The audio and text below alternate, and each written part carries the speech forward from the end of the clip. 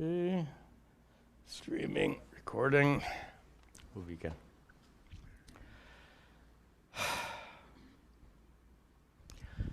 Om Sahana Vavatu Sahano Bhunaktu Sahavidyan Karavavahai Tejasvinavadhitamastu ma vidvishavahai. Om Shanti Shanti Shanti. Oh, very good. There you are. Welcome to you all. And welcome to all of you attending the Satsang online. We have a lot of great questions, so let's begin. First question from Vishaka, who asks, when we say sarvam khalvidam Brahman, Brahma is actually the term, how it occurs in the Chandogya Upanishad, very famous passage, sarvam khalvidam Brahma, which describes the universe as being non-separate from Brahman. Are we referring to nirguna Brahman or saguna Brahman? These are two technical terms that are really, really important to understand. Nirguna Brahman is absolute reality, the fundamental stuff, the reality because of which everything exists. And as a fundamental reality, it's not engaged in any kind of activity, including the activity of creation, sustenance, and destruction. So here we make a distinction between nirguna Brahman and saguna Brahman. Guna, of course, means qualities. Nirguna Brahman, without qualities. Saguna, with qualities. To be the creator of the universe is a quality. To be the sustainer, destroyer, these are qualities. So therefore, saguna Brahman is just a technical Vedantic term for Ishvara. Saguna Brahman means Ishvara, just with a technical term. So, with that in mind, does the Chandogya Upanishad passage that says sarvam kalu, you have to break the words apart. Kalu means indeed. Kalu idam this. Idam sarvam, this entire world, kalu, indeed, is Brahma. Can that possibly mean nirguna Brahman when the statement begins with idam sarvam? You get it. So idam sarvam, this entire world, is non-separate from Brahman, absolutely referring to saguna Brahman, Ishvara, the one from whom the universe emerges, the one unto whom the universe returns. Also later in the passage, it says, it's been a long time since I looked at that, it ends up saying, tad upasita. It says you should meditate on that Brahman. You can't meditate on nirguna Brahman. You can meditate on. So you can't, if you say why, well, no gunas. What are you going to meditate on? At least with Ishvara, you can meditate on Ishvara as being the creator. You can meditate on Ishvara as being the sustainer, destroyer. Go ahead and meditate on Brahman being nothing. You get my point. Okay. That is Vishika's question. Next from Ravi, who lives in India, Chennai. I recently read a post on Facebook by Sri Devadat Patnaik. I've seen many of his works. He's quite an authority in mythology, but outside of mythology, I don't know. His writings on mythology are actually very insightful. Here, Ravi goes on to say that Devdutt Patnaik made some negative comments about Sanskrit language, and he said that According to Mr. Patnaik, the very fact that Shankara, Ramanuja, and Madhva came up with vastly different philosophies based on the same scriptural texts points to the limitations of the Sanskrit language. Well, Mr. Patnaik is really, and I think he should be respected for his works on mythology. He doesn't really understand the Upanishads well, the traditions of Advaita Vedanta, Vishishta Advaita, and Dvaita. These are the systems of Shankara, Shankara's Advaita, Ramanuja's Vishishta Advaita, and Madhva's Dvaita Vedanta. I don't think Mr. Patnaik is an expert on those. So he's expressing his opinion. He doesn't understand why 3 different systems, in fact, not just 3, why so many different teachings came out of the same Sanskrit teachings. Well, he doesn't understand the principle of adhikari bheda, the idea that the scriptures are meant to address different kinds of people. Therefore, the scriptures are not monolithic. There's a big topic. We're not going into it. The scriptures are not monolithic. They teach many different things. Like different chapters in a book, the scriptures teach many different things. So we shouldn't be surprised that there are 3 systems of philosophy, 3 systems based on the scriptures. Okay. Next question from Neil, who lives in North Carolina. Neil, this is long. I have to paraphrase. Okay, 2 questions at the bottom. Neil is attending our 6-month course in Advaita Vedanta. But now, here comes the, he admits here very nicely, he says, how do you manage guilt on the spiritual path when you are not able to keep up with your own resolutions and intentions that you initially set for yourself? Neil is attending the course, but struggling to keep up with the course.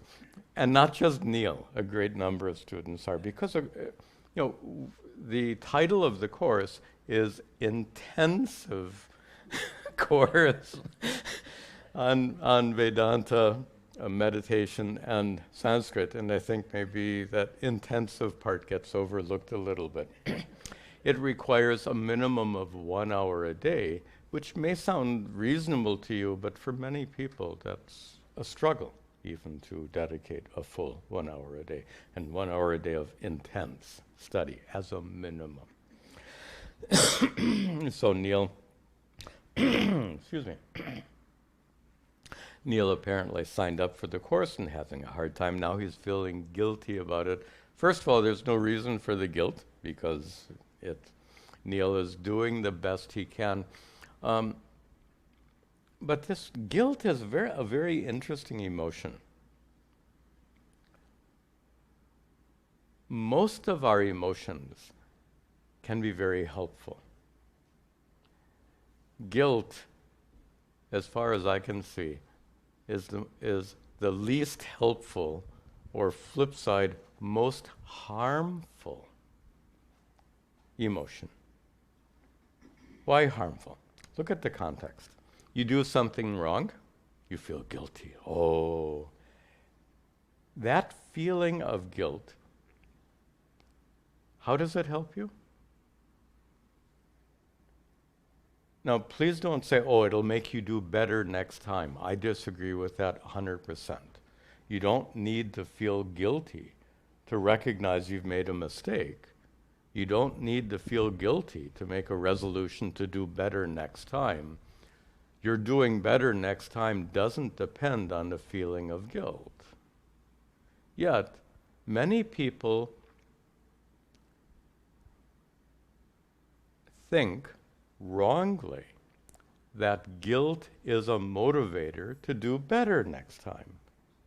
And that's, I think, unfortunate because feeling guilty pulls you down. Pulling you down will lead to, weakens you psychically. Somebody who's excessively guilty can feel depressed and just, oh, I'm useless. What is all this about? You can get into a state of depression.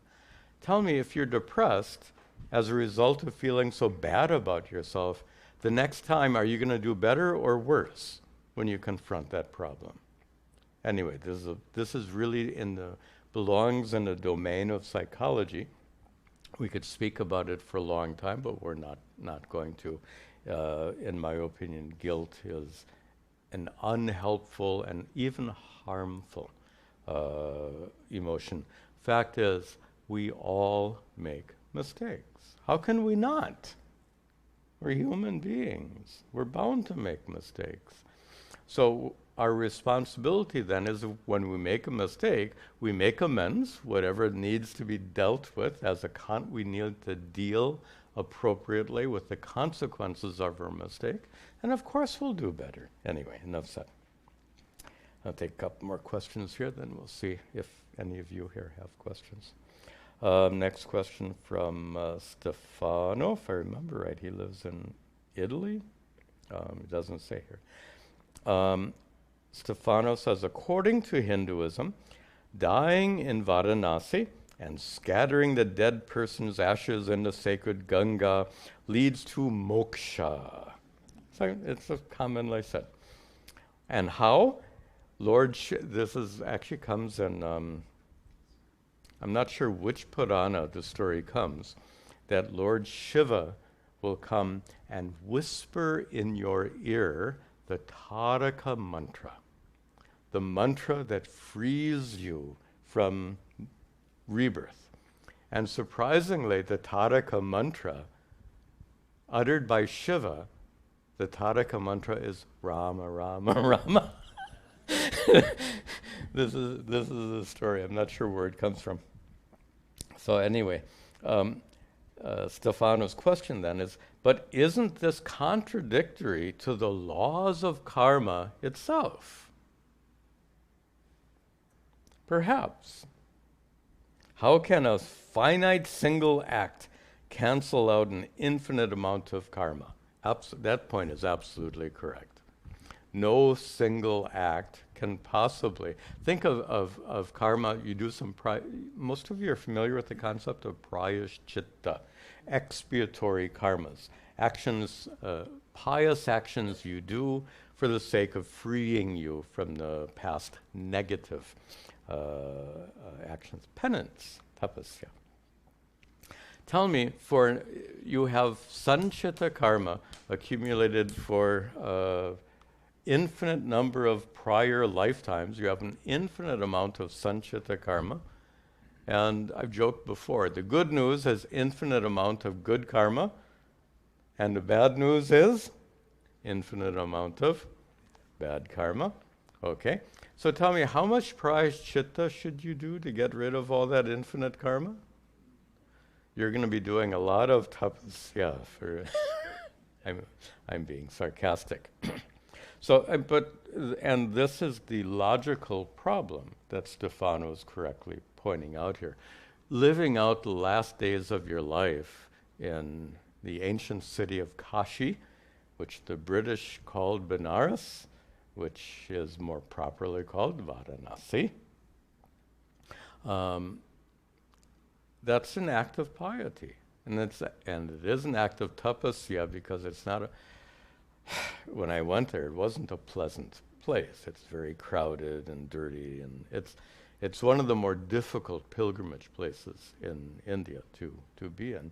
So to live out your last days in Varanasi is definitely tapasya. Is it enough to remove an infinite amount of papa karma? No. Is it possible to get moksha in Varanasi? Why not? But not merely through prayers, not merely through bathing in the Ganga, and absolutely not through having your ashes scattered in the Ganga. The burning ghats are right there along the river.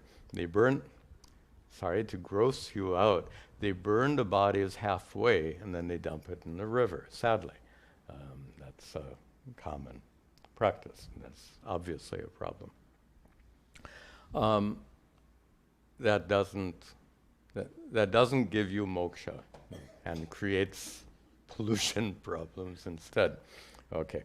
That being said, this is a story coming from scriptures, and one of the poetic devices used in all forms of poetry, including scriptures, one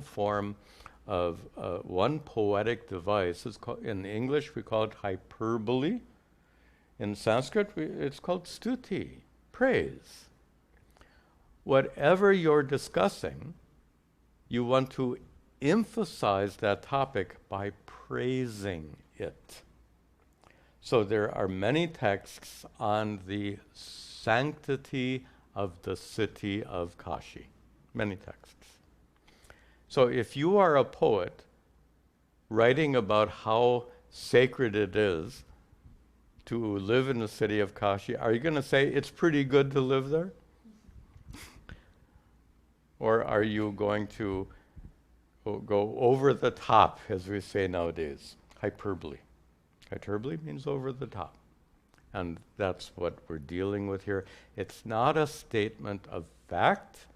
It is a poetic expression to emphasize how sacred the city of Kashi is.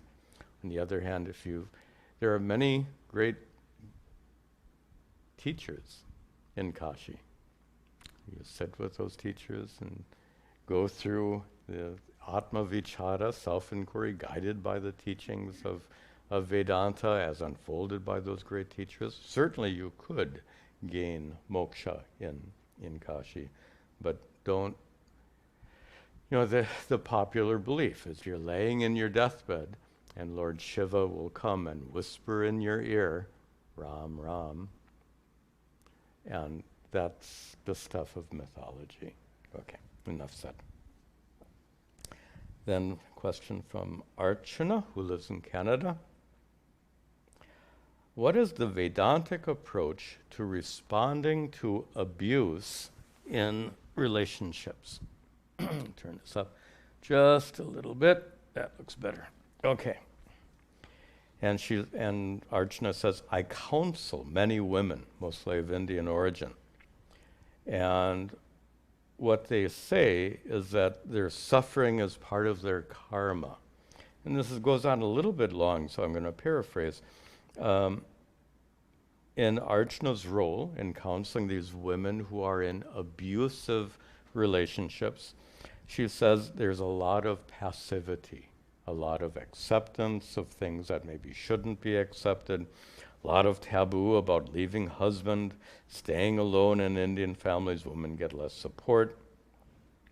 They suffer every day, which can cause significant damage to themselves and also their children. We're talking about a situation in which a husband is extremely abusive, verbally and often physically. That happens, we all know, it happens way, way too often.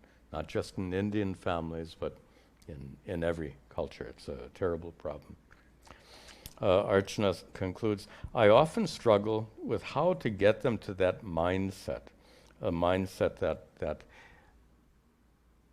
that you can do something about this abusive situation. How to get them to that mindset where they can make a good decision and not be passive by just accepting their karma.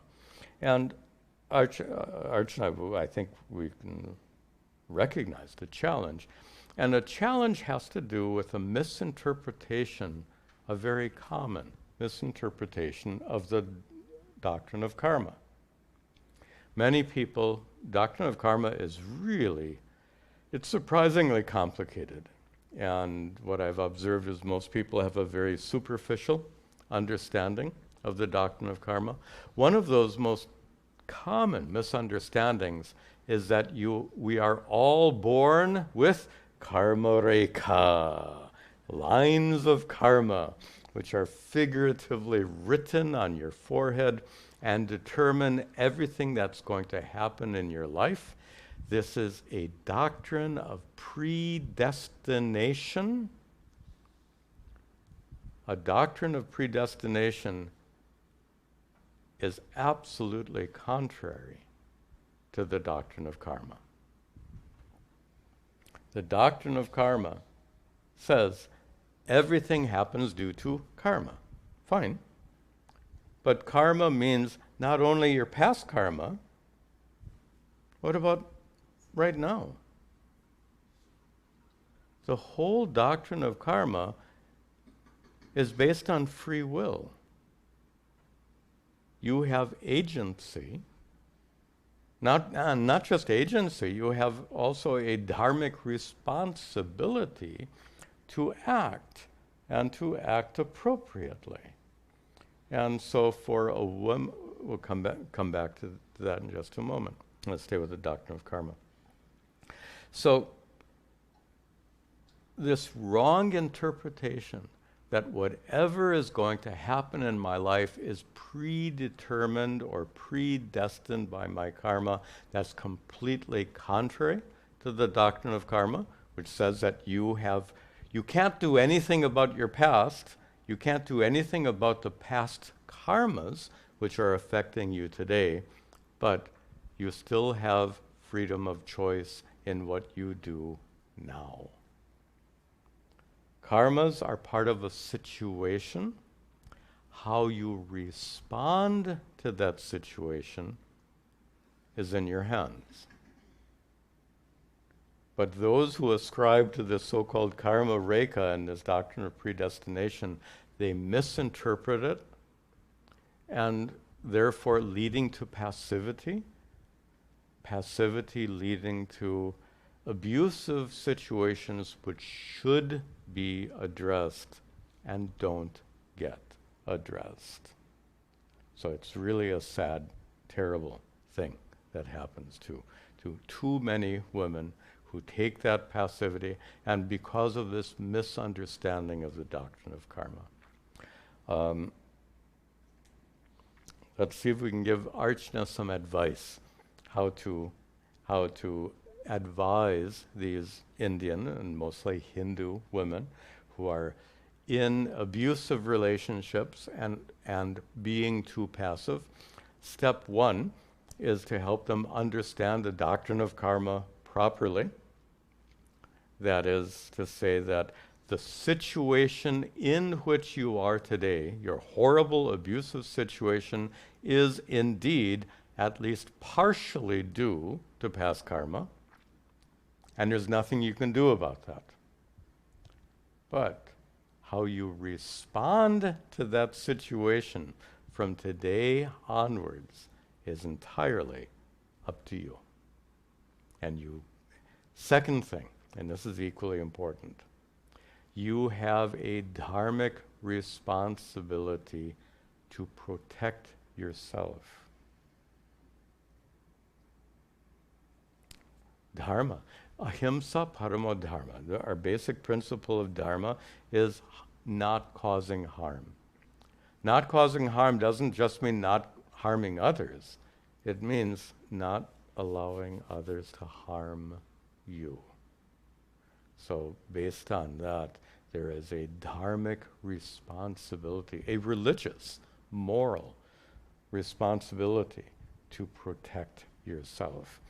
And if it means leaving a terribly abusive marriage, if the abuse warrants leaving the marriage, get out.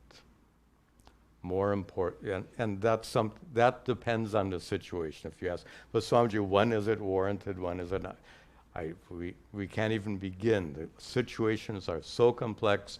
It would depend on the details of that situation. But the basic principle is there's a point at which staying in a relationship, they say, for the sake of the children.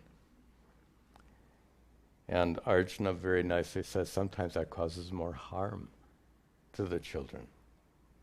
Depends on the situation. Okay. Then, Shiv, who lives in New York, has a question. If Brahman alone is the self, self-luminous and ever-present, then tell me, who is it that seeks? And Shankara gave the greatest answer to that question. He said, whoever is asking this question. That's it. In other words, maybe this is one place where we're being overly philosophical. They call it overthinking. If you suffer, then you should seek a solution. And as long as you experience suffering, you should continue to seek a solution to that suffering. Eventually, we come to find out, let me read the rest of this, because Shiva understands quite well. He says, when the I thought, the ego, turns inwards and finds its source, it fades away. Not exactly correct. Watch my video on ego, and Shiva will understand better. And the self alone shines. But even this turning inward appears as an effort. How can the true self require effort or seeker to know itself? Okay. The true self, look at the last question. Can the true self require effort or a seeker to know itself? The true self doesn't need to know itself. The true self is, in Shankara's language, nitya mukta, eternally free. From the standpoint of your essential nature as Satchidananda Atma, there's no suffering. Atma doesn't suffer, nor does Atma attend classes like this one. It's not who came to this satsang today, or who's watching this satsang right now. Is it Satchidananda Atma, or is it you, the individual person who experiences suffering?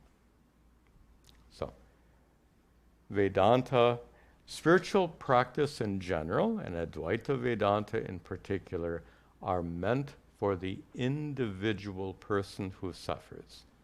They're not meant for Atma. Atma is Nityamukta, eternally liberated, not needed. All right. I think just one more question here.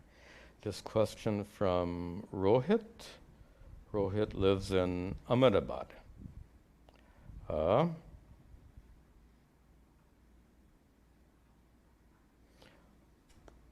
Okay, down here, a question. Where is the question? Oh, I didn't.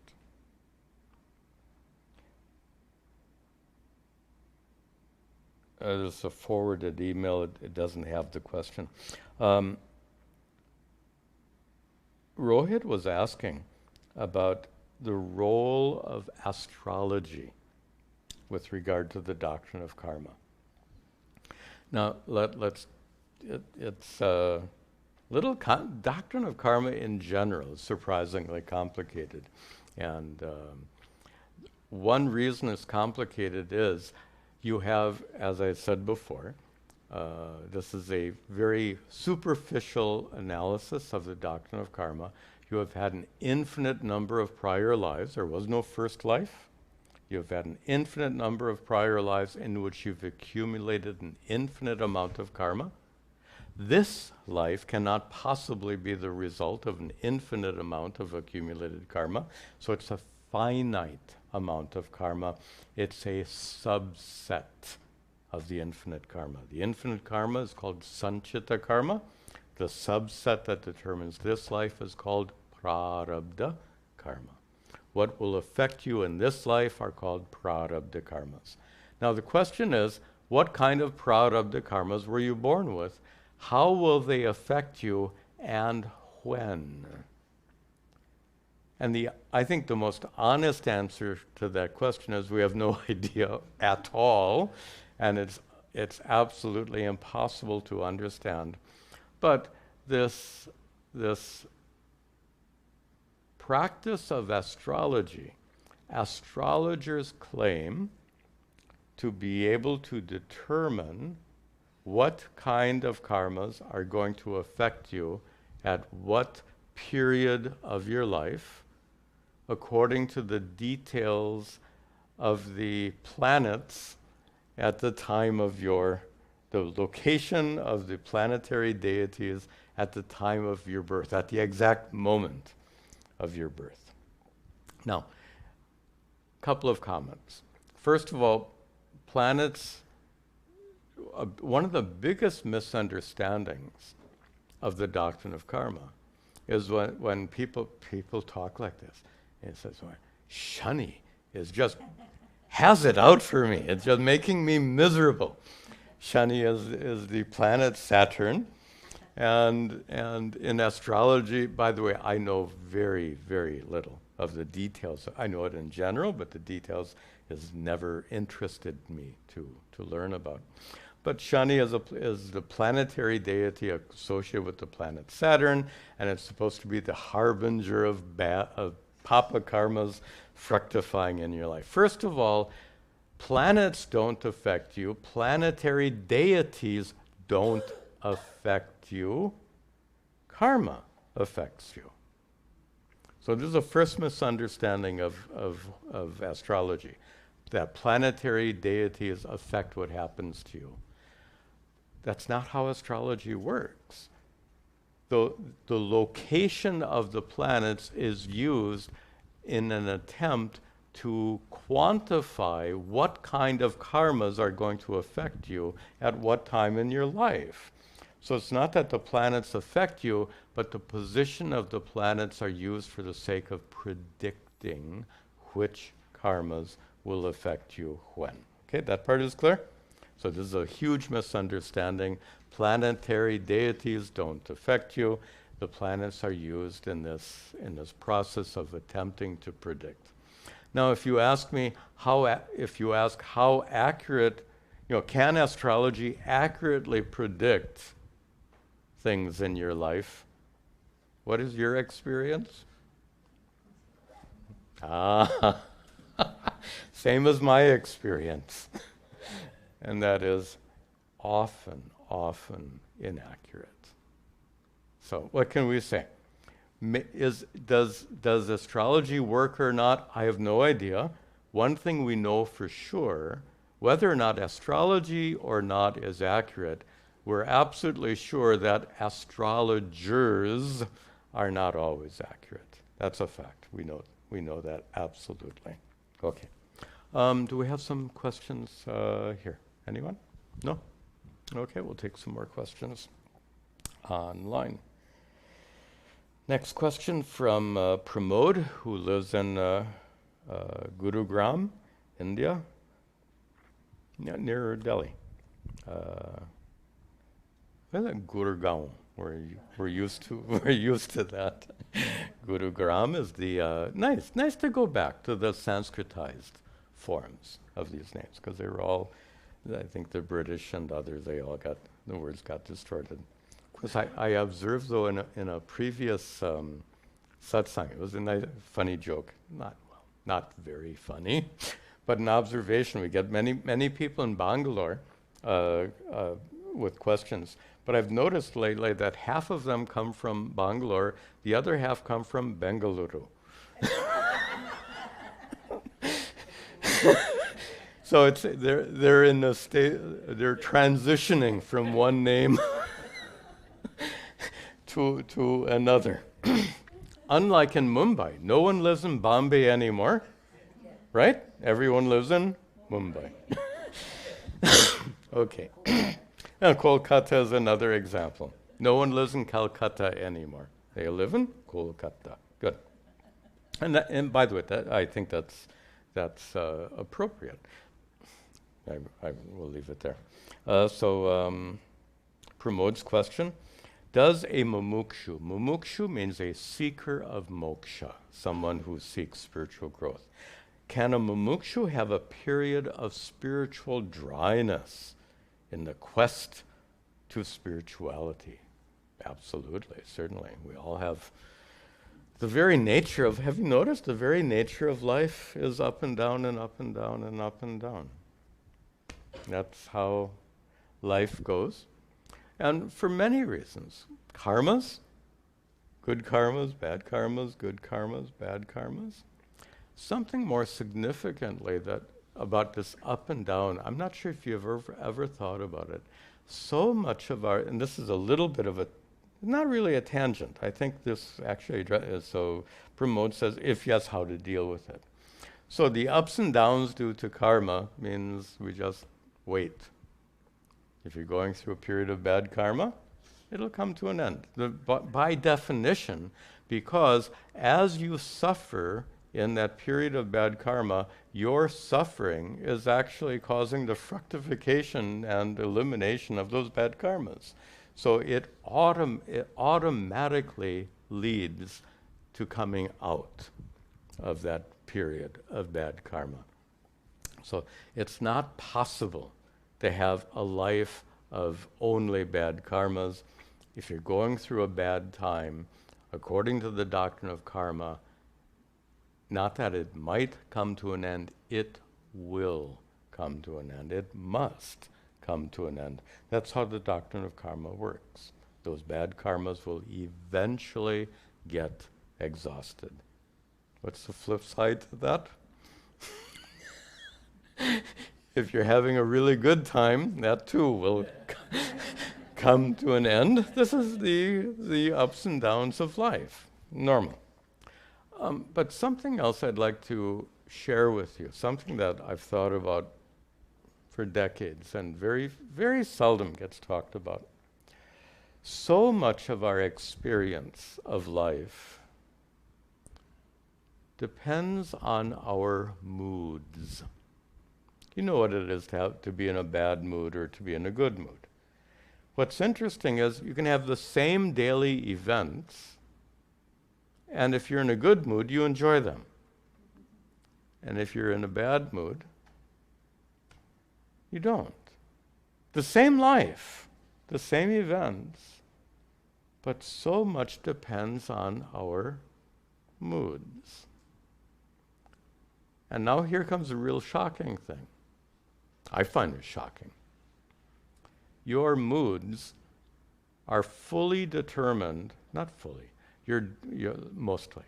Your moods are mostly determined by chemicals in your brain called neurotransmitters.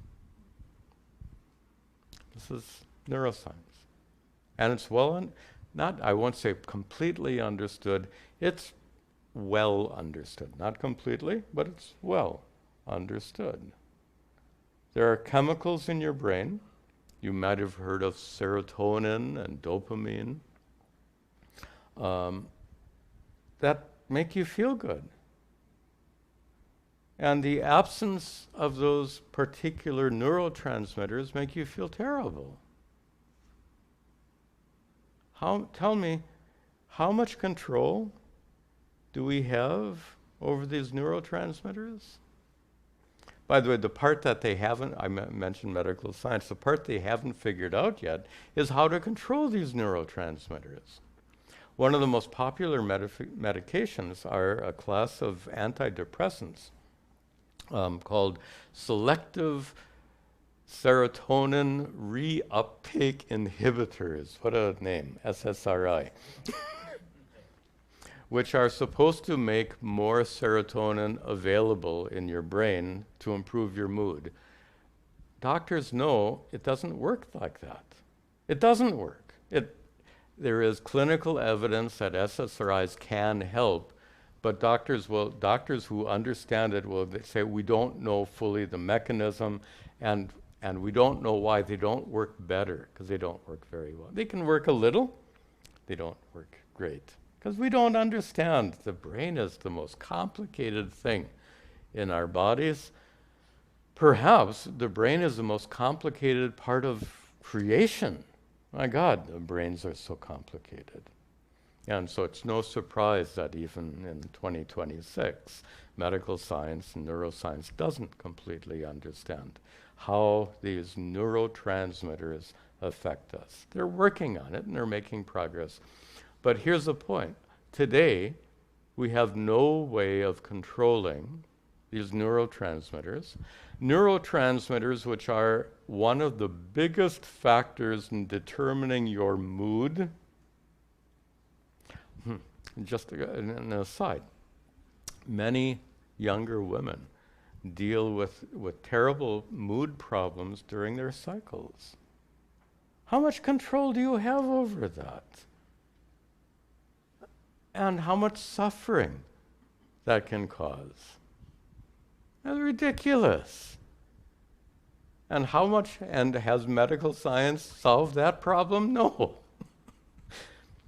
So I'm just pointing out the inevitability of bad moods. Bad moods which kind of color everything that we experience. You've heard the expression, you look through the world through, rose-colored glasses. How about if you look at the world through dark brown glasses? Gray glasses. That's the effect of a low mood, something we have some control over, and I would say meditation, perhaps. Meditation and a good emotional support network are the best ways to deal with low moods. Much more, by the way, doctors already know that meditation and good emotional support networks are more effective than SSRIs. There are studies that can show that. So anyway, this is a good strategy for dealing with low moods. But my point here in response to Pramod's question, low moods are inevitable, and relating to his question about spiritual dryness, inevitable. But again, I started off by talking about ups and downs due to karma. Well, guess what? Guess what happens to these neurochemicals, these neurotransmitters? Up and down, up and down, up and down. The periods women and the hormonal changes younger women have is evidence of that. Up and down, up and down. And not just every month, every day. Up and down, up and down, up and down. So we need to cope with it the best we can. And as I said, in my opinion, the two best coping mechanisms for the ups and downs, meditation and a good emotional support network. Next question from Amit, who lives in India. Are we doing on time? Okay. All right. Yeah. Amit writes, interesting. We read that after enlightenment, Nisargadutta Maharaj continued to smoke cigarettes. Nisargadatta was this very unique spiritual teacher who lived in Bombay of those days. And he was actually known as the Bidi Swami. Bidi are the Indian cigarettes. And he's known as a Bidi Swami because his livelihood, he had a Bidi, not, what do they call, stall? One of these little stalls on the side of the street, not even a shop. It was just a stall. He had a bidi stall, so he would sell bidis for a living, and presumably he smoked them as well. So anyway, by the way, and his teachings were not traditional Advaita Vedanta, but his teachings kind of indicate that he was probably enlightened, as far as I could. We never know, but his teachings are up there. Not necessarily, by the way, I'm not endorsing his teachings because he never studied scriptures properly, and so his teachings are a little, can I say hit or miss? So, I mean, they may help you, they may not. I wouldn't highly encourage them, but if somebody were to say that he was enlightened, I wouldn't disagree with that. And here Amit is making the observation that he continued to smoke bidis after gaining enlightenment. Why not? Enlightenment makes you stop smoking. I don't get that part. My guru grew up, the interesting story, when he was a child growing up in a little village in Tamil Nadu, his breakfast was a cup of coffee. Apparently this was the culture and time. So his breakfast every day, even as a young child, they give the child a cup of coffee, and that was their breakfast. Well, he continued to drink coffee his entire life.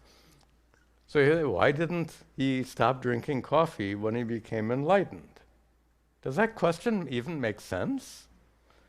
What is the connection? He continued to drink coffee his entire life because it was a habit he started as a child. Why should those habits go away?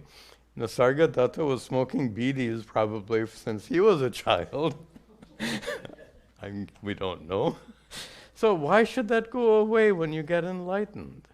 And then he goes on to say that Ramakrishna Paramahamsa was a great foodie, a great lover of food. I don't know those stories. I've never heard that. Maybe so. I've never heard it, though. But why should childhood habits immediately go away because of enlightenment? Enlightenment leads you to discover your true nature as Satchidananda Atma. It doesn't change habits in your body and mind. It's just natural. Anyway, enough said. Take a couple more here. Vikas, who lives in Delhi. Why hasn't Delhi going back? Indraprashta. Of course, Delhi is not just one city. It's a little more complicated than that. So anyway, Delhi is a... okay. In my lectures on the 18th chapter of Upadesha Sahasri, Shravana gives aparoksha jnanam without the... I'm going to skip the first part. It's quite technical. My question is, does the fruit of these teachings, we call it, the technical term is jnana phala. I'd like to explain that term to answer Vikas's question. There's a difference between jnana and jnana phala. Jnana means knowledge. Jnana phala are the fruits of that knowledge, the results, the benefits of that knowledge. When you discover your true nature as Satchidananda Atma, that immediate personal recognition of your true nature, we call Atma Jnana, self-knowledge. Knowledge, jnana. When you gain enlightenment, I just talked a moment about habits. Try this. In your mind is a habitual way of thinking, I am my body, I am my mind. We've talked about this many times. Very important topic. There is habitual identification with your body and mind. How long have you had that? How long did my guru drink coffee? Childhood onwards. How long did he smoke cigarettes? We presume childhood onwards. How long have you been identified with your body and mind? Childhood onwards. Deeply ingrained habits. Then along comes enlightenment. You discover, I am Satchidananda Atma, which is a big deal. It is a big deal. But is it reasonable to assume that all these habits in your mind should momentarily vanish, disappear in just an instant? Bear in mind that neuroscience has shown us today, we know that these habits are actually, the term that neuroscientists use, they say that it's wired into your neurons. That is to say, there are physiological changes that take place in your brain due to habitual behavior. I'll say that again. It's shocking. Not shocking, it's important. Your brain changes physiologically because of these habitual patterns of thinking, including habitual identification with your body and mind. So when you get enlightened, in that moment, do you think all these physiological changes in your brain are instantly going to disappear? Impossible. Meaning, your habitual identification with your body and mind can persist, and usually does persist, after you gain atma jnanam, after you discover your true nature as Satchidananda Atma. And it's for the sake of removing that habitual identification that we have the practice of nididhyasana, Vedantic contemplation. So to answer Vikasa's question is about jnana phala, the fruits of knowledge. When, actually, and there's another part of the question I have to address. So first part of this question, when you gain enlightenment, you will probably not receive the full benefits of that enlightenment due to the habitual identification with your body and mind. Deha vasana, they call that in Sanskrit. That deha vasana continues, it gets removed gradually through the practice of nididhyasana, Vedantic contemplation. But then, Vikas asks a related question. It says, does it mean then we don't get any benefit at all? When will we get benefit from these teachings? Are you saying first we have to work for years to get enlightened, then we have to work for more years practicing nididhyasana before we get any benefit? That's not it at all. In my experience, and in the experience of many of you that I've talked to, the experience is gradual from the very beginning of your spiritual practice. Gradual. So the moment your spiritual practice begins, you begin to change unhealthy ways of thinking that make you suffer. Gradually. Little bit at a time, more and more and more. Eventually, and that process makes you more and more of a prepared student, ready to gain enlightenment. Then after getting enlightened, you just continue. I don't want it to sound trivial, but it's like a lifelong self-improvement program. You start at the beginning, and by the way, make a sarcastic comment here.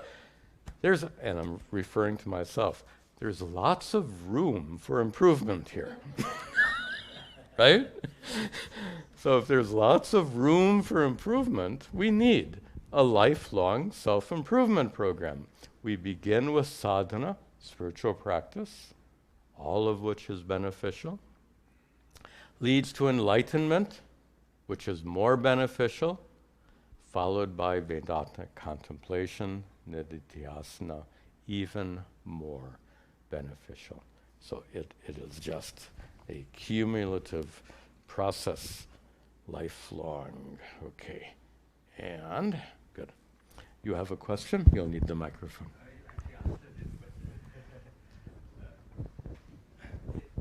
In the course, Can I ask you to stand up so we can see you? Sorry. Yes. Am I good? Okay. Yeah. In the course, you've been teaching us that how you overcome desires is by going to the next level of desires. Yes. And then ultimately, when you you get enlightenment, you overcome all desires because you. Good. Right. Yes. And so I was relating that to this question of deep-rooted habits. Okay. And how do you get rid of that? But I think you also try to answer it by saying it's a gradual process. That's true. Let me answer your question in a slightly different way. many habitual behaviors are driven by desire. And a hallmark of enlightenment is the absence of desire. And by the way, after that recognition, desires are gone. When you gain self-knowledge, desire comes to an end. Habits don't. So here we need to make a difference between habit and desire. Suppose you have a habit. Let's give a more practical example. I'm not going to use bidis, obviously. I want something you can relate to. How about tea, right? Suppose you have a desire. First thing in the morning, I have to have a cup of tea. Okay. And you've done that for how long? Okay, for a long time. So that desire has led to a deeply ingrained habit. But please recognize, these are two different things. The desire is one thing, and the habit is another. So you have a desire for tea, and if you can't get the tea, how do you feel? In the morning, there's no tea? What do you mean there's no tea? Okay, you get the point. But after you're enlightened, it's different. It's surprisingly different. How is it different? You wake up enlightened, and there's no tea. You definitely feel in your body and mind the absence of tea. Habit. But you realize, and I'm okay anyway. My body feels the effect of no tea. My mind feels the effect of no tea. And I'm okay anyway. Because my true nature as Satchidananda Atma isn't affected in any way at all. So here we need to separate out desire being separate from another question here. Desire being separate from, and we'll take your question in just a moment. Yeah, please. Can I ask you to stand up, please, so we can see you? Yeah. Is that acceptance? Is that acceptance as a part of the process of moving towards enlightenment? Okay. Did I turn the microphone off? Yeah. So the question, yeah, thank you. Is acceptance part of the process of enlightenment? Acceptance usually means like tolerating something, putting up with something. You don't have to put up with it. If there's no problem, you don't have to put up with it. Acceptance means I don't like it, I don't want it, but I have no choice, so I have to accept it, I have to tolerate it. That's not enlightenment at all. That's a mature, it's pragmatic, right? Acceptance is pragmatic.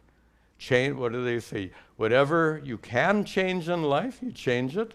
Whatever you can't change in life, you accept it. That's a very pragmatic attitude. So coming back to that, can I? Yes, please. Coming back to that question you were answering about abusive relationship, you said that a dharmic responsibility is there for an individual to handle the abusive relationship. It is Yes. protecting oneself. Correct. So is that in that context, because in any relationship, it is two people involved. So We can't get into the details. yeah, no, that is acceptance is a Okay. dharmic. No, what is your question? My question is acceptance in that context. And again, it depends on the situation. And the reason I'm interrupting you is this opens up a discussion which is entirely dependent on a particular situation. That is when to accept and when to change. And we can't even begin to discuss it because it depends entirely on a particular situation there's no general rule we can make. There are times when tolerating and accepting is the best course of action. There are many times when it's not. And how to know the difference depends on the situation. We have no way of discussing that at all. You have a question? I'm not sure. Is this microphone working? Give it. Maybe it stopped. Huh? Oh, I turned up the wrong knob. That's good. Okay, there we go. Oh, please. I'd like to continue the thread of the tea. Mm-hmm. Like I want the tea and I can't get it. But what if it's something like losing a loved one? Mm-hmm. Like, Good. I want my, I guess, loved one to still be So here. when you can't have tea, Vasanti, is there a problem? Yeah, no, I've found out I've turned up the wrong knob. Thank you. Yeah. Let me address that, because when you can't have tea, you don't grieve. Grief is a completely different thing. By the way, these are psychological topics, and we don't want to go too far with psychological topics. They're relevant, of course, but grief is a whole different thing. When you lose a loved one, there is a psychic, an emotional wound takes place. And emotional, just like a physical wound is a physical reality, it takes time to heal. In the same way, emotional wounds are realities that take time to heal. Does that address your question? Can I follow up? Yeah, please. And I found, like, as you meditate or as you zoom out, to accept it, sometimes that love or that thing becomes less. Sure. Less weighted. That's called emotional healing. So Yeah. So just as a physical wound heals, emotional wounds also heal. There are ways to help physical wounds heal. There are ways to help emotional wounds heal, including meditation. Right. Okay. Any other questions here? One more question in back here. And I think we'll have to finish up here. I'll make it quick. Swamiji, I'm listening to everybody, and what do you do when you're kind of in a limbo place where you're studying Vedanta, you're doing everything, and you're gaining more acceptance of people and situations, but sometimes, you just feel very stuck. You're not enlightened. Right. You know you're not enlightened. Right. But you're not where you used to be. Right. And I think you're just sort of answered been that. It's an up and down. It's up and down. And a good response to the ups and downs is patience. One thing that helps us be patient is to know we're going in the right direction. That's pretty obvious. I think anyone who's been on a authentic spiritual path, you get it right away. Oh, this is helping. And then it's a matter of just keep going. One step after another, one day after another. But and a final comment here. The good part here is it no longer is a matter of faith or belief, because you've already experienced improvement along that path of spiritual growth. So to keep going doesn't depend on your faith, doesn't depend on belief, doesn't even depend on your commitment. It's just common sense. Why would you not continue on that path? Okay, good. Really nice questions. We'll conclude with a prayer. Oh, thank you. Om Sarve Bhavantu Sukhinah Sarve Santu Niramayah Sarve Bhadrani Pashyantu ma kaschid dukkha bhag bhavet, asato ma sadgamaya, tamaso ma jyotirgamaya, mrityor ma amritangamaya. Om Shanti Shanti Shanti. Om. Good. See you next time.